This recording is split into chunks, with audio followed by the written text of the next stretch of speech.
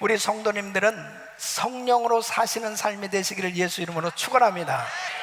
성령으로 사는 삶이 되어야 하나님을 기쁘시게 해드리며 하나님의 뜻을 이루는 삶을 살 수 있는 것입니다. 여러분, 성령으로 거듭난 하나님의 자녀들은 성령으로 사는 삶이 될 때 하나님께 영광 돌리는 귀한 삶이 되는 줄로 믿습니다. 여러분, 성령으로 살려면 성령님을 바로 알아야 됩니다. 또 성령님을 만나야 되는 것입니다. 성령으로 충만함을 받아야 성령으로 살 수 있어요. 여러분 보세요. 바리새인들은 참으로 큰 축복을 받을 수 있는 그런 환경이었지만은 그들은 참 예수님을 알지 못했습니다. 하나님을 잘 믿는다고, 누구보다도 하나님을 잘 믿는 사람들이라고 생각했는데 예수님은 이 바리새인들을 향해서 무섭게 책망을 하셨습니다. 심지어는 아주 심한 욕을 하시면서 이 바리새인들을 책망하셨습니다. 그 이유가 뭐예요? 예수님이 누구신지 모르는 거예요. 여러분, 오늘날 예수를 잘 믿는다고 하면서도 성령님에 대해서 무지한 사람들은 성령을 근심케 하고 성령을 회방하고 그 성령님의 도우심을 받으며 신앙생활을 할 줄 모르고 참으로 안타까운 그러한 삶을 살 수가 있는 거예요. 이 사도 바울 보십시오. 이 사울이라고 하는 청년이 바리새인이었습니다. 누구보다도 율법에 대해서 잘 알고 하나님을 잘 믿는 사람이라고 자부했어요. 그래서 예수 믿는 사람들을 핍박하고 예수 믿는 사람들을 잡으러 다녔습니다.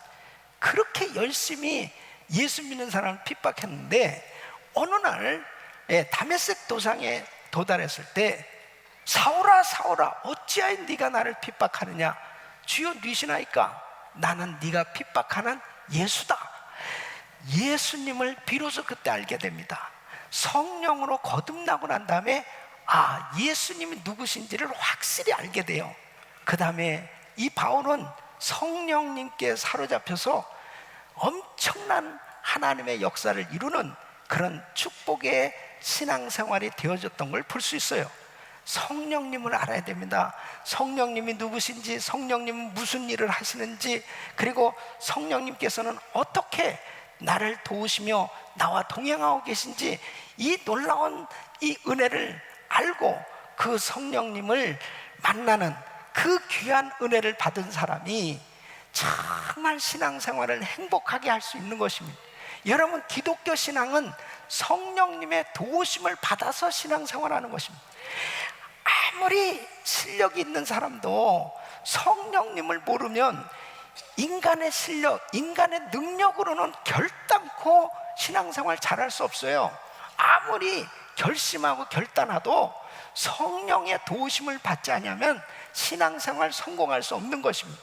성령님의 도우심을 받고 성령님과 동행하는 신앙생활이 될 때 어떤 환난과 시험과 어려움이 내 삶에 닥쳐와도 기쁨이 충만하고 감사가 넘치고 하나님의 은혜 가운데 승리하는 삶이 되는 줄로 믿습니다. 여러분, 우리는 정말 성령 받아야 돼요. 성령 충만 받고 성령님의 인도하심을 받는 신앙생활이 되시기를 예수 이름으로 축원합니다. 여러분, 성령으로 사는 삶이 돼야 되는데 성령으로 사는 삶은 바로 예수 그리스도를 증거하는 바로 증인으로서 사는 삶을 의미하는 것입니다. 예수님은 누가 예수가 그리스도시요 살아계신 하나님의 아들이시라고 깨닫게 하시고 증거하시냐? 성령님이십니다. 성령님은 예수 그리스도를 증거하시는 분이세요. 그래서 요한복음 15장 26절에 보면 예수님께서 이렇게 말씀을, 내가 아버지께로서 너에게 보낼 보혜사, 곧 아버지께로서 나오시는 진리의 성령이 오실 때에 그가 나를 증거하실 것이요 그랬습니다. 바로 성령님께서 예수 그리스도에 대해서 알게 해주시는 거예요. 그래서 고린도전서 2장 10절에 보면 성령은 모든 것 곧 하나님의 깊은 것이라도 통달하시느니라 그랬습니다. 여러분, 사도행전 1장 8절에 오직 성령이 너에게 임하시면 권능받고 예루살렘 온 유대 사마리아 땅끝까지를 내 증인이 되리라 하시니라. 바로 성령을 받고 성령의 충만함을 받고 신앙생활하는 사람들은 예수님을 전하게 돼 있어요. 바로 예수님의 증인이 되는 삶이 되어지는 것입니다. 할렐루야.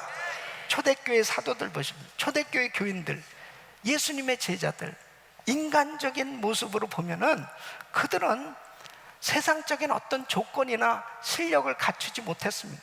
그런데 그들을 통해서 전 세계를 뒤집는 그런 대복음의 역사, 이 전 세계에 복음을 전하는 이러한 선교 사역이 이루어질 수 있었던 것이 뭐냐? 성령님의 역사입니다. 네? 여러분, 미국에 유명한 부흥사 가운데 D.L. 무디가 있습니다. 이 무디는 초등학교 5학년 중퇴를 했습니다. 이 구두 판매원 출신입니다. 그런데 이 무디를 통해서 미국에 엄청난 대부흥의 역사가 일어났어요. 무디를 통해서 영국에 또 전 세계 부흥에 큰 영향력을 끼치지 않았습니까? 무디 바이블 칼리지를 세우고 많은 주님의 제자들을 세우고 그런 엄청난 사역을 이룬 것이 무디가 어떤 세상적인 실력을 갖췄기 때문에 그를 통해서 주님이 일하신 게 아니에요. 성령님이 하신 줄로 믿습니다. 여러분, 이번에 강사로 오신 우리 박순애 전도사님, 초등학교 3학년 중퇴. 무디보다 더 심하네. 무디보다. 그러니까 무디보다 더 크게 쓰임 받고 있는 것 같아요. 여러분, 정말 이번 집회에 참석하신 분들은 잘 보셨겠지만은 하나님께서 그 시골에 참 버려졌던 그 연약한 소녀를 하나님께서 만나주시고 19살에 성령으로 거듭나고 나니까 완전히 인생이 역전되지 않습니까? 절대 절망의 삶에서 절대 희망의 삶으로 바뀌어진, 누가 이렇게 변화시킬 수 있어요? 성령님의 역사인 줄로 믿습니다. 성령님이 하시면은, 성령님께 붙들리면 예수님을 증가하고 싶어서 견딜 수가 없는, 예수님을 자랑하고 싶어서 견딜 수가 없는 것입니다. 여러분, 예수 그리스도의 증인으로 산다는 것은요, 바로 예수를 확실히 믿는 사람만이 예수를 증거할 수 있는 거예요. 그러니까 내가 전도를 한다는 것은 무슨 꼭 전도 프로그램을 배워야만 전도하는 게 아니고, 성령님이 내 안에 내주하시고 그분과 동행하는 삶을 살면 그냥 저절로 예수님을 전하게 된다니까요. 그 벌써 예수님을 전한다는 것은 내가 확실하게 예수님을 믿고 바로 그분은 분명한 그리스도시라는 사실을 깨닫게 됐다는 증거예요. 그래서 성령으로 사는 삶이 되면 그리스도의 증인으로서의 삶을 사니까 바로 그 사람은 무슨 일을 해도 예수님을 자랑하고 예수님을 증거하는 삶이 되는 줄로 믿습니다. 두 번째, 성령으로 산다는 것은 바로 성령의 인도를 받으면서 사는 삶을 의미하는 것입니다. 그러니까 성령으로 인도함을 받으면서 산다는 것이 얼마나 큰 축복이에요. 바로 우리의 과거와 현재와 미래를 가장 잘 아시는 우리 주님께서 나를 붙드시고 인도해주고 계신다고 생각해 보세요. 감격하면서 살 수 있는 거예요. 바로 우리 성령님은 여러 가지를 통해서 우리를 인도하시는데, 하나님의 말씀을 통해서, 내적 증거를 통해서 주의 음성을 들려주시면서 환상이나 꿈이나 예언, 이런 은사들을 통해서 성령님은 구체적으로 우리를 인도하고 계신 줄로 믿습니다. 그 성령님의 인도하심을 받고 사는 그 사람은 항상 어떤 환경 속에서도 주님이 지금도 나하고 함께하고 계시고 그분께서 나에게 구체적으로 이렇게 인도하고 계신다라고 하는 이 확신이 들 때 진정한 자유함을 누릴 수가 있는 것입니다. 우리 사랑하는 성도 여러분, 성령님의 인도를 받고 살 수 있기를 예수 이름으로 축원합니다. 무릇 성령의 인도함을 받는 그들은 곧 하나님의 아들이라 그러는, 자녀된 증거가 뭐예요? 이제는 나 혼자 사는 삶이 아니에요. 그분이 나와 함께하고 그분이 나를 이끄시고 사는 삶, 주님과 동행하는 삶이 된 줄로 믿습니다. 세 번째는 바로 성령으로 산다는 것은 성령의 은사로 섬기는 삶을 의미하는 것입니다. 여러분, 성령님은 성령의 은사와 능력을 주시는 분이에요. 그래서 오늘 이 본문의 11절 말씀 보면 이 모든 일은 같은 한 성령이 행하사 그 뜻대로 각 사람에게 나누어 주시느니라 그랬습니다. 하나님의 거룩하신 성령의 은사를 받게 되면 이 은사를 통해서 하나님의 살아계심이 나의 삶을 통해, 나의 사역을 통해서 증거되기 시작합니다. 그러니까 성령의 은사를 받고 사역하는 사람하고 성령의 은사를 받지 못하고 사역하는 사람은 너무나 큰 차이가 있습니다. 엄청난 차이가 나타납니다. 그러니까 벌써 엘리사는 엘리야를 보면서 당시에 베델에도 신학교가 있었고 여리고에도 신학교가 있었어요. 당시에 엘리야 스쿨을 나왔다 그러면 명문 신학교를 나온 거예요. 많은 신학생들이 우리 엘리야 선지자님한테 배웠다, 영광이고 그 다음에 많은 깨달음과 도움을 얻었을 것입니다. 그런데요, 엘리사는 엘리야를 바라보면서 달리 생각하는 거예요. 엘리야는 저렇게 엄청난 사역을 감당하는 것은 배워가지고 되는 게 아니고 하나님께로부터 받아서 사역을 한다는 사실을 이 엘리사는 깨달은 겁니다. 그래서 결국은 이 엘리사가 엘리야를 그렇게 쫓아다니는데, 왜 쫓아다닙니까? 나중에 물어보잖아요. 야, 내가 뭐 해줘야 돼? 왜 이렇게 쫓아다니냐는.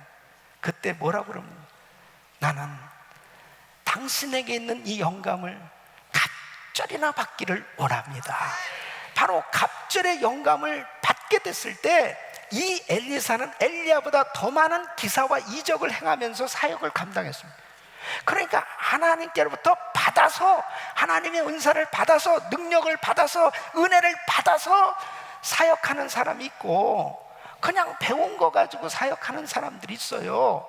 바로 우리가 신앙생활하면서 중요한 것은 하나님께로부터 은혜를 받아야 될 줄로 믿습니다. 능력을 받아야 될 줄로 믿습니다. 은사를 받아야 될 줄로 믿습니다.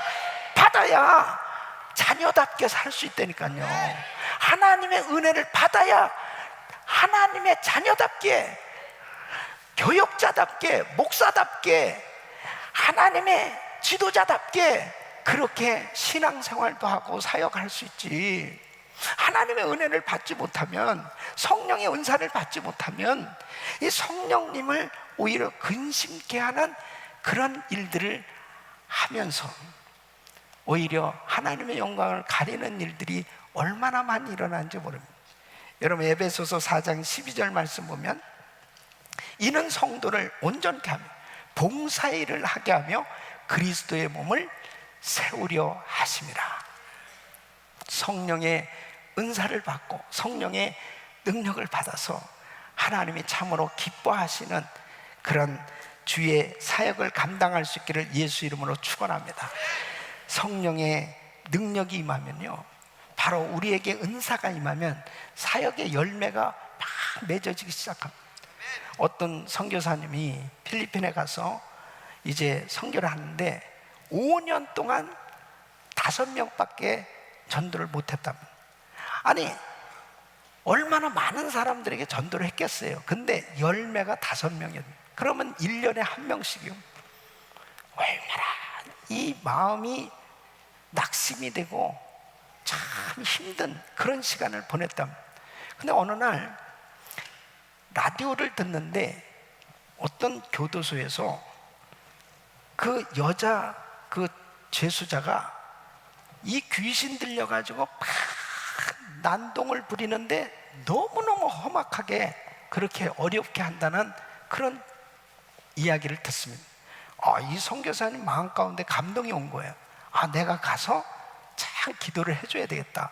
그래서 찾아갔는데요, 그 귀신 들린 여자가 막 소리를 지르고 막 욕을 하고 그러더랍니다. 가가지고 나사렛 예수 그리스도 이름으로 이 더러운 귀신아 떠나가라 그러면서 기도를 했는데 그 흉악한 귀신이 그 여자의 몸에서 떠나가면서 깨끗하게 고침을 받은 거예요. 이 소식이 전국에 알려지기 시작합니다.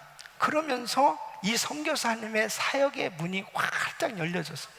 굉장히 많은 그런 영혼들을 주님 앞에 구원하는 사역이 이루어졌다는 거예요. 보십시오. 귀신 들린 사람을 무슨 약으로 고칠 수 있겠어요? 어떤 병원에서 그 사람을 고칠 수 있겠어요? 성령의 능력으로, 은사로 고칠 수 있는 줄 믿으시기 바랍니다. 그러니까 하나님의 능력, 하나님의 도우심이 아니면 절대로 해결할 수 없는 거예요.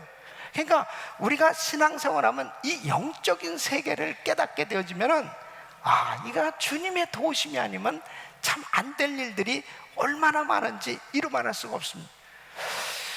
오늘날 현대 교회의 문제가 뭐예요? 여러분, 현대 교회의 문제가 뭐라고 생각합니까? 7, 80년대만 해도 정말 기도원이라는 기도원에 얼마나 많은 사람들이 몰려드는지, 그리고 진짜 나무 뿌리라도 뽑을 정도로 그렇게 열심히 부르짖고 기도하고, 그리고 부흥회를 하잖아요. 그러면 자기 교회 집회 위에도 너무 힘이 넘쳐나가지고 남의 교회 부흥회 하는 데까지도 쫓아가가지고 얼마나 열심히 기도하면서 은혜를 받는지. 요즘은요, 본교회 교인들도 안 옵니다. 기도원도, 한국의 기도원들이요, 텅텅 비고, 그 다음에 정말 그렇게 열심히들 모였던 사람들이 다 믿음의 강도가 약해지고, 기도하는 시간이 줄어들고, 기도하는 소리가 점점 줄어들기 시작합니다. 그리고 각종 세미나로 다 전락하고요, 그냥 그렇게 원색적으로 하나님 앞에 부르짖고 매달리고 기도하고 은사받고 이러는 것들이 다 어디로 갔는지 모르는 거예요. 여러분, 그러면서 한국 교회를 보십시오. 이렇게 건물은 잘 지어놨는데 사람들은 많이 모이는데 크리스찬으로서 너무 약한 거예요.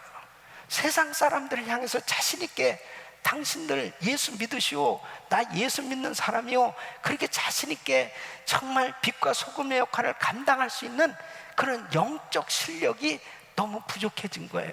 그러다 보니까 세상 사람들이 예수 믿는 사람을 우습게 보기 시작합니다. 교회를 향해서 비난하기 시작합니다. 그러면서 교회가 점점 위축되기 시작하는 거예요.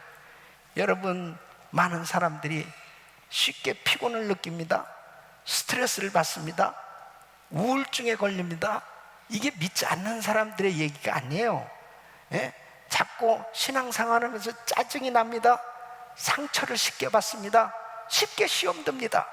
그리고 우왕좌왕하면서 아무 일도 제대로 하지 못하는 정말 연약한 그런 교회들로 지금 다 전락해 가고 있어요. 힘이 하나도 없는 거예요. 그러니까 정말 성령님께서 지금도 하나님의 교회를 바라보시면은 너무 속상하신 거예요.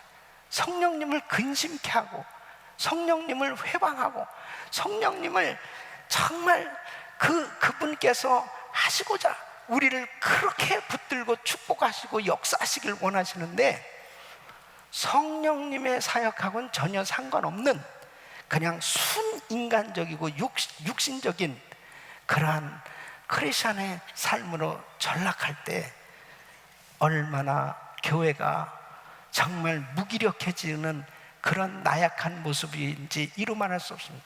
여러분, 교회들을 서로 비난하고 판단하는 것이 믿지 않는 사람들이 그러는 게 아니에요. 전부 믿는 사람들끼리 서로 그렇게 싸우고 비판하고 그러면서 하나님의 영광을 가리는 일들이 생겨지는 것은 바로 성령님과 동행하는 삶이 되지 못하고 성령으로 사는 삶이 되지 못하니까 결국 그런 일들이 생겨지는 걸 볼 수 있습니다. 여러분, 이번에 부흥 집회를 하면서 저는 이번에 작정하고 기도한 것이 그렇습니다. 매일 집회를 해도 너무 형식적으로 그냥 순서에 의해서 그냥 집회를 하다, 물론 그렇게 하면서도 은혜도 받지만은 정말 한번 말씀을 붙들고 몸부림치며 좀 기도하면서 좀 하나님의 은혜를 받고자 열망하는 그런 사모하는 마음이 있는 그런 집회가 돼야 우리 주님이 기뻐하시지 않겠냐는 거예요. 그래서 이번 집회는 순서를 다 뒤에 없애버린 것입니다. 예. 그리고 정말 어제도 말씀 끝나고 막 강단에서 기도하는 11시 반, 어떤 분들은 12시까지 기도하고, 그러니까 이 십자가 밑에 극부로 엎드려서 간절히 하나님 앞에 회개하며 기도할 때 하나님께서 성령을 부어주지 않습니까? 이제는 신앙생활이 그냥 머리로 지식적으로 내 마음을 조금만 그냥 감동하는 것으로 그냥 끝나는 이런 신앙생활이 되어져서는 결단코 이 마지막 때 영적 전투는 승리할 수 없어요. 주님께서 말씀하신 인자가 세상에 올 때 믿음을 보겠는, 이 마지막 때일수록 더 성령 충만하고 믿음을 가지고 참 주님의 재림을 준비할 수 있는 신랑 맞을 신부로서의 교회가 되어야 되는데 얼마나 많은 교회가 졸며 자고 있냐 말이에요. 영적으로 깨어날 수 있기를 예수 이름으로 축원합니다. 그래서 성령 충만 받아야 건강한 신앙생활을 할 수 있어요. 성령의 능력을 받아야 정말 하나님 앞에 기쁨으로 신앙생활을 할 수 있어요. 여러분 보세요. 어제도 12시까지 그렇게 기도하고 오늘도 새벽에 4시에 일어나서 그 다음에 1부, 2부, 3부 이렇게 설교하고는 한교옥 목사는 얼마나 싱싱하냐, 이거 싱싱하냐. 괴로운 인생길이 아니고 싱싱하다니까, 행복하다니까요. 하나님께 영광입니다. 할렐루야. 하나님 영광 받아 주시옵소서. 여러분, 성령님의 도우심을 받으면 이렇게 행복할 수 있어요.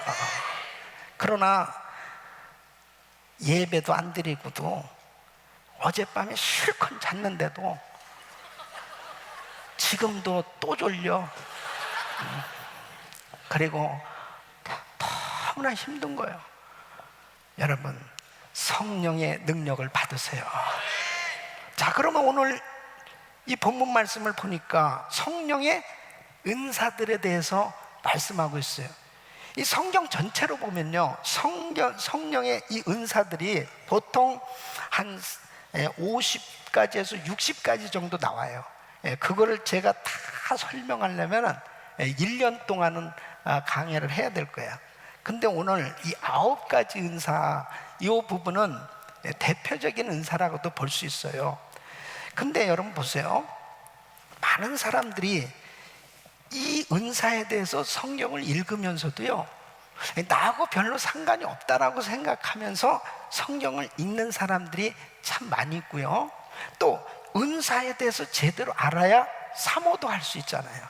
성령님께서 은사를 주시는데, 선물로 주시는데 은사가 뭔지를 알아야 이런 은사도 받아서 정말 기쁨으로 신앙생활을 할 수 있을 거 아니에요. 그래서 여러분 참 중요한 것이 이 은사를 받아서 성령의 은사로 사역도 하고 봉사도 하고 신앙생활을 해야 세상에서도요, 세상 사람들에게도 구별된 삶이 되고, 그리고 당당하고 자신 있게 바로 예수 믿는 사람임을 증거할 수 있습니다. 여러분, 오늘 이 은사에 대해서 말씀을 들으면서 이런 은사가 여러분들에게 임하기를 축원합니다. 이 첫째는 지혜의 말씀의 은사. 지혜의 말씀의 은사는 바로 지혜는 지식을 활용하고 적절히 사용해서 문제를 해결하는 능력입니다. 이 지혜의 말씀의 은사는 하나님께서 계시하신 이 지혜를 통해서 하나님의 뜻을 삶의 현장에 아주 구체적으로 알려주는 은사입니다. 우리가 살아가면서 보면요, 참 갈등을 느낄 만한 일이 많고요, 그 다음에 위기를 느끼는 그런 일들이 생길 때가 있어요.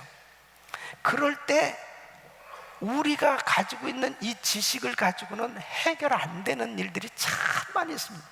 답답할 때가 있어요. 근데 이 지혜의 말씀의 은사는 이런 상황 가운데서 전혀 내가 생각해보지도 못했던 그런 지혜를 하나님이 주시는 거예요. 그래서 그 문제가 풀려지는 이런 역사가 일어납니다.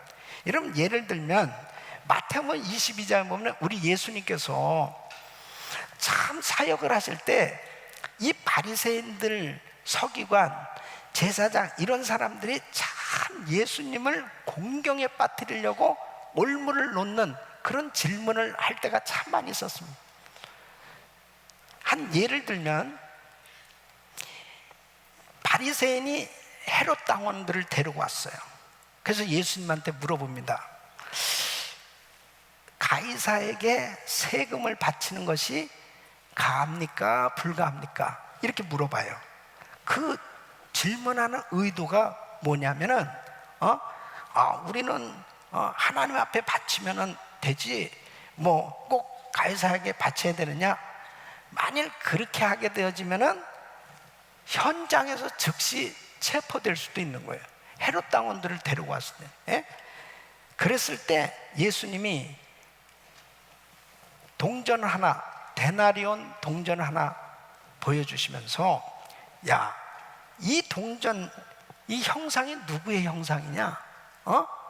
바로 이 동전의 글이 네 것이냐? 그러면서 뭐라고 말씀하시냐? 가이사의 거죠. 그렇지. 가이사의 것은 가이사에게, 하나님의 것은 하나님께 바치라. 그러니까 그 동전을 가지고 그 사람들을 아주 즉시 설득을 시키는 겁니다. 이건 놀라운 지혜예요. 제가 아프리카 마사이 마을에 선교를 갔습니다. 그곳은 이 전혀 전도가 안 된 곳입니다. 전혀 한 번도 누가 가서 복음을 전한 적이 없는 곳이에요. 그곳에 갔는데 5년 만에 비가, 오늘같이 이렇게 비가 쏟아졌습니다. 그러니까는 길이 다 흙길이잖아요. 우리가 다 선교팀들이 내려가지고 차를 미는 거예요. 밀면서 다들 투덜거리는 소리가 들리는 게 뭐냐면, 좀 주님이 날씨로 좀 도와주셔야지. 여기까지 왔는데 이 비까지 와가지고 그것도 해피를 왜 이때 오냐? 그렇게 5년 동안 안 왔는데. 그러면서 차를 밀면서 가는 거예요. 가가지고 그 마사이 마을에 도착했습니다. 추장이 딱 지팡이를 들고 그 사람들이 쫙 서서 우리를 환영하는데, 제가 설교를 해야 되는데 참 답답한 거야. 어떻게 하나님을 설명을 해야 될지 모르겠네. 이 사람들 하나님이 누군지 뭐 예수가 누군지 전혀 모르는데 어떻게 이 설교를 해야 될까? 다 아주 보통 갈등이 아니에요. 하나님 앞에 엎드려서 기도를 하는데 딱 하나님께서 지혜를 주시는데, 비 있잖아요. 비가 쏟아진 것에 대해서 다 깨닫게 해주시는 거예요. 그래서 설교를 어떻게 풀어갔냐면은, 여러분, 비가 오니까 너무 좋죠. 박수하는 건. 왜냐면 5년 만에 비가 오고. 그러니까 우리가 이렇게 오므로 인해서 비가 온 걸로, 그러니까 얼마나 마음이잖아. 박 전사님 내가 오셔가지고 비가 온 것 같아. 이게 지금 이 캘리포니아에 이 비가 너무 절실히 필요하거든요. 그러니까 이 사람들 마사이 마을을 물 구하러 가려면요 20리길, 10리길, 20리길 가야 됩니다. 예. 근데요 비가 쫙 온 거예요. 그러니까 막 좋아요. 이 비는 누가 비를 주시냐? 저 하늘에서 비가 내려오지 않는, 사람이 만들 수 없는, 바로 하나님이 천지 만물을 창조하시고 비도 하나님이 주시는 거다. 그리고 예수님이 왜 오셔야 됐는지를 쫙 설명하고, 예수 믿을 사람은 손들어 보니까 100% 손드는 거예요. 100%. 예. 할렐루야. 예. 그래서 예수님을 다 영접해요. 예수님을 영접하고요, 거기서는 이렇게 교회당 세우는 것도 너무 쉬워요. 그냥 소똥으로 지은 집이거든요, 다. 그러니까 딱 단만 세워서 위에 지붕만 딱 씌우면 그냥 간단해. 예. 그래서 여기 교회, 여기 학교 다 지정해 줬어요. 그 쉽게 3년 후에 가니까 그 자리가 성도들로, 학생들로 꽉 찼어요. 전혀 예수님을 몰랐던 사람들에게 어떻게 예수님을 전할까? 그때 주님이 딱 지혜를 주시는, 이게 지혜의 말씀의 은사입니다.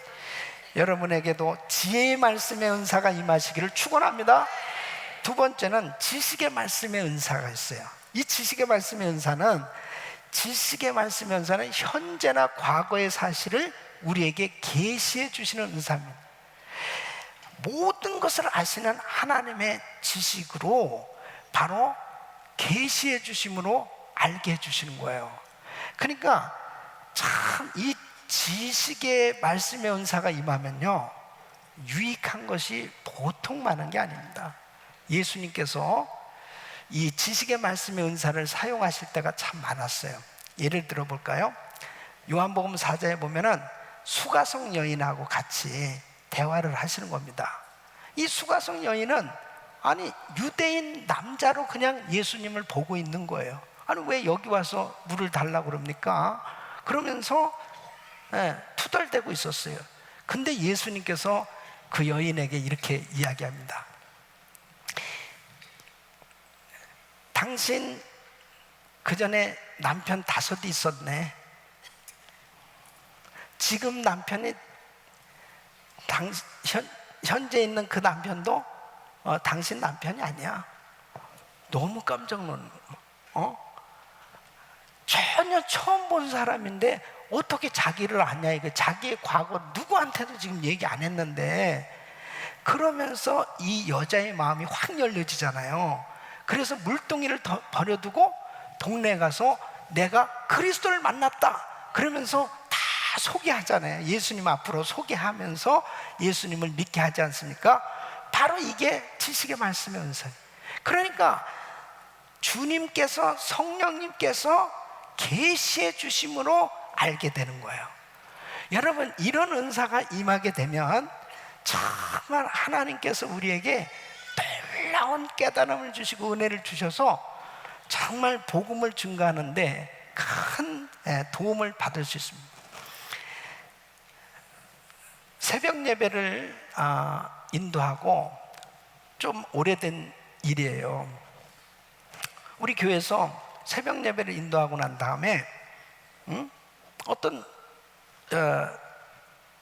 여자 집사님이 아들을 데리고 왔어요. 목사님, 기도 좀 해주세요.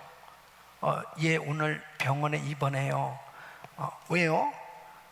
얘가 갑자기 이 엉치뼈 있는 데가 이렇게 갈가 들어가는 그런 병에 걸려가지고 오늘 수술을 받고 기부스를 하고 한 6개월 동안 병원에 입원해야 된다는. 근데 그 집사님이 항상 새벽 기도 나오는데 아니 기도 제목을 먼저 주지 어떻게 오늘 당장 입원한다고 지금 기도해달라고 그러니까 내 마음이 굉장히 답답하더라고요. 그래서 기도하면서 자꾸 마음이 불편해요. 그래서 집사님, 얘 데리고 우리 은혜기도원에 올라가라. 그래서 일주일 한번 기도하자. 지금 뭐 부러졌으면은 지금 당장에 뭐 수술을 해야 되지만 이건 지금 고쳐진다는 보장이 없잖아요. 그러니까 일주일 동안 기도하고 그 다음에 병원에 가든지 우리 그렇게 하자. 그래서 병원에 가려고 그러다가 일단 기도원에 올려보냈어요. 기도원에 올려보내고 나니까 내 마음이 또 내가 책임이잖아요. 또 그냥 병원에 보낼 걸 괜히 내가 또 이렇게 붙들고 그랬나, 별 생각이 다 드는 거예요. 근데 이제 내가 책임이라고 느껴지니까 얼마나 간절히 기도했는지 모릅니다. 하나님 정말 이 가정 축복하시고 이 아이를 고쳐달라고. 이 9살 먹은 아들이거든요.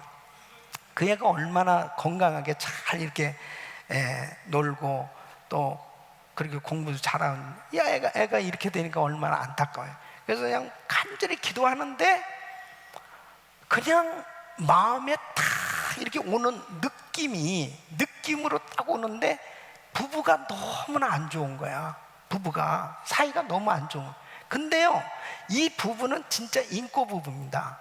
교회 올 때는 항상 싱글벙글하고 오고 가운데 항상 그 아들, 딱 아들 하나거든요. 그 아들, 이 엄마 아빠가 딱 손잡고 꼭 이렇게 같이 오거든요. 그런데 기도하는데 그냥 내 마음에 그냥 확실하게 부부가 너무 안 좋은 게 그냥 느껴지는 거예요. 그날 밤에 은혜기도원에 올라갔어요. 올라가서 부부를 앉혀놓고 같이 예배를 드리면서, 집사님, 난 사실 잘 모르겠다. 집사님, 우리 이 아기 위해서 기도하는데 왜 집사님 부부가 그렇게 사이가 안 좋은 게 그냥 이렇게 마음에 오는지 난 모르겠다. 그랬더니요, 이 부부가 막 펑펑 우는 거예요. 울면서, 목사님, 사실은 우리 부부가 각방을 쓴 지가 이미 오래됐습니다. 그리고 얘가 대학에 들어가면 우리는 그 즉시로 이혼하기로 다 사인을 했다는. 와, 나는 그 소리를 듣는데요, 성도들을 다시 보게 됐습니다. 성도들이 진짜 무섭구나 이거. 아니 그러면 왜 교회 올 때 그렇게 싱글벙글하면서 왜 그렇게 교회를 해? 그리고 그때 당시 구역 예배였거든요. 그 구역 예배 때는 한 번도 안 빠지는 거예요. 구역 예배 그렇게 열심히 참석하고. 이거 완전 범죄잖아요. 완전 범죄. 그 왜 그랬느냐 그러니까, 또 교회까지 가서 서로 싸우고 안 좋은 모습 보면 목사님 신방 오고 골치 아프니까 아예 서로 그것도 약조를 했대. 참, 제가 오래 지났기 때문에 이 간증을 하는 거예요. 너무나 안타까운 마음을 가지고 두 사람을 손을 붙들고 울면서 기도했습니다. 하나님, 이들의 죄를 용서해 달라고. 그리고 둘이 회개하고 화해하게 됐습니다. 그리고 정말 이제 둘이 잘 살게 됐어요. 그러면서 어떻게 됐는지 압니까? 그 아이는 깨끗하게 났습니다. 할렐루야. 병원에 갔는데 붙어버렸어. 수술하지도 않고 그냥 났다니까요. 여러분, 정말 하나님께서 우리가 무슨 생각을 하고 있는지, 뭘 하고 있는지 다 아시는 분이 성령님이세요. 목사님은 속일 수 있어요. 사람들은 속일 수 있어요. 그러나 하나님을 어떻게 속입니까? 이 지식의 말씀의 은사가 임하면 어떤 때는 초자연적인 계시의 역사로 알 수 있게 해주실 때 있어요. 그 알 수 있다는 것 자체가 하나님의 축복이죠. 그럴 때 반드시 좋은 열매가 맺어지는 거예요.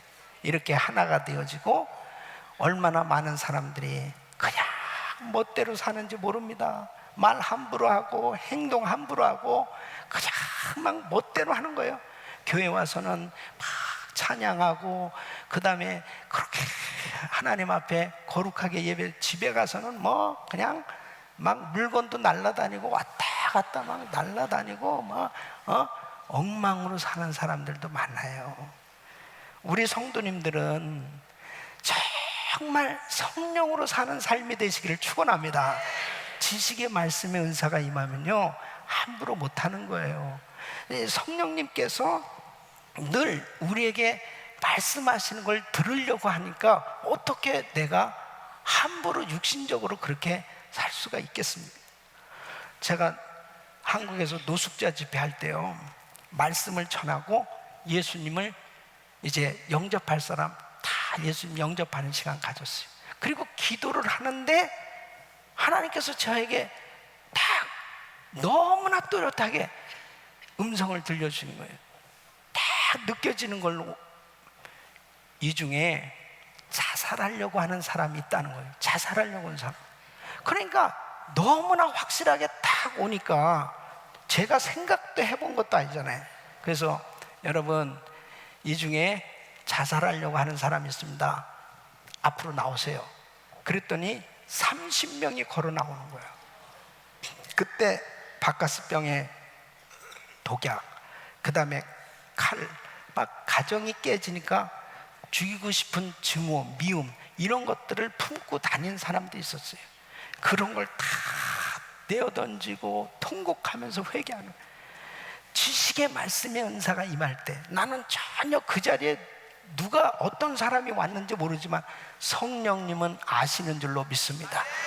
그래서 이런 지식의 말씀의 은사가 임하면 정말 우리가 이 도무지 해결할 수 없었던 이런 문제들이 해결되어지고 좋은 열매가 맺어지게 되는 줄로 믿습니다. 세 번째는 믿음의 은사입니다. 이 믿음의 은사는 성도님들은 누구나 다 신령한 이 믿음을 다 받은 사람들이에요.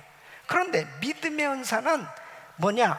특별하게 강하게 믿어지는 확실이에요. 이 믿음의 은사가 임하면 하나님의 말씀이 아주 확실히 믿어져요. 그리고 하나님이 확실히 믿어지는 거예요. 그리고 그분께서 하시는 일들이 너무나 확실하게 믿어지는, 여러분 믿음의 은사를 받으시기를 축원합니다. 믿음의 은사가 임하면요, 세상이 아무리 흔들리고 요동해도 그 하나님이 함께 하시고 하나님이 역사하실 게 이 확신이 믿어지니까 흔들림이 없는 거예요.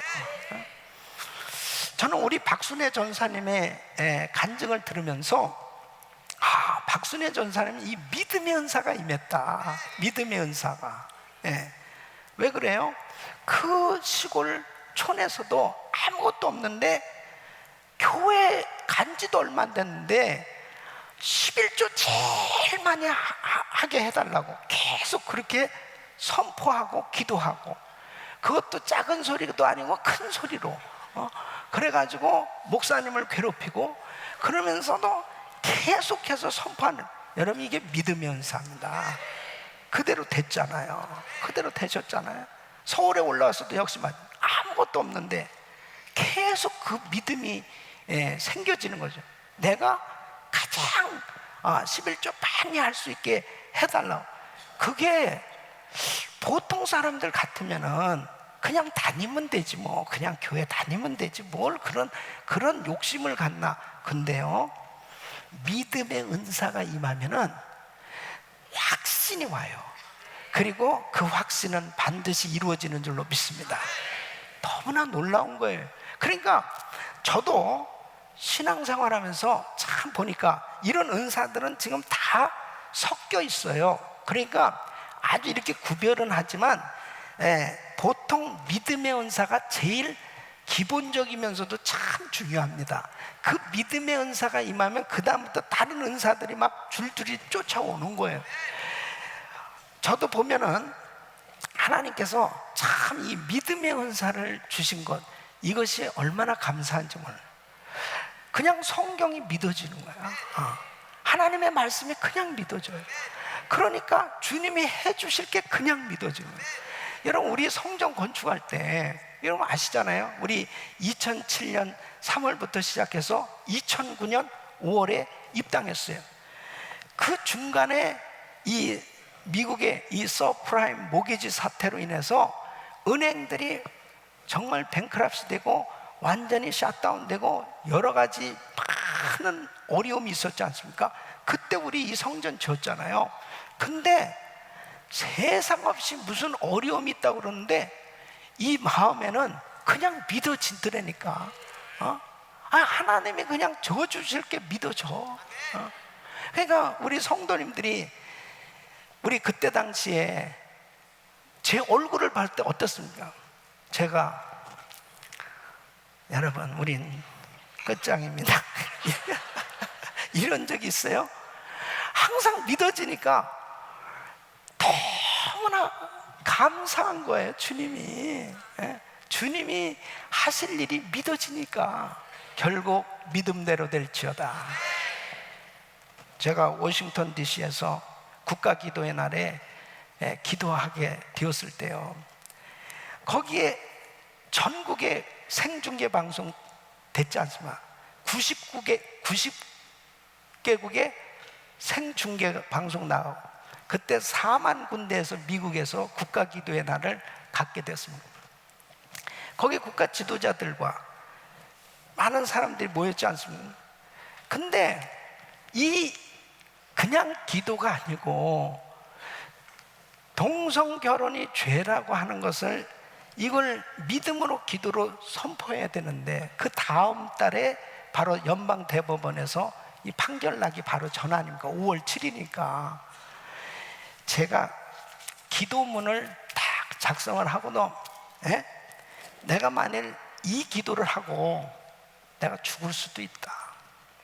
그리고 이게 공개적인 거니까 우리 교회 앞에서 난리를 치고 나는 이제 목회를 그만할지도 모른다는 그런 위기가 있었어요, 육신적으로는. 근데 기도만 하면 확신이 딱 오는 거예요. 하나님이 이때를 위해서 나를 그 자리에 세워주셨다 하면, 그리고 믿음으로 담대하게 기도했습니다. 하나님께서 하신 줄로 믿습니다.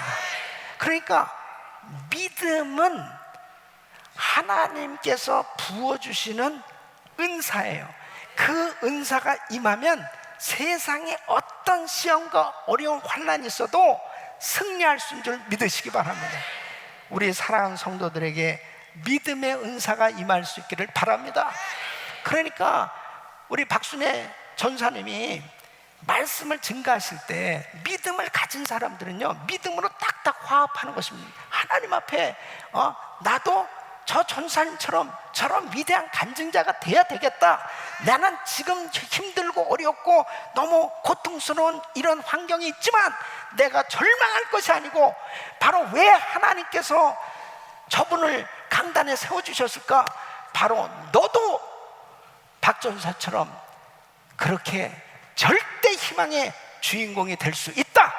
바로 하나님께서 보여주시는 줄로 믿습니다.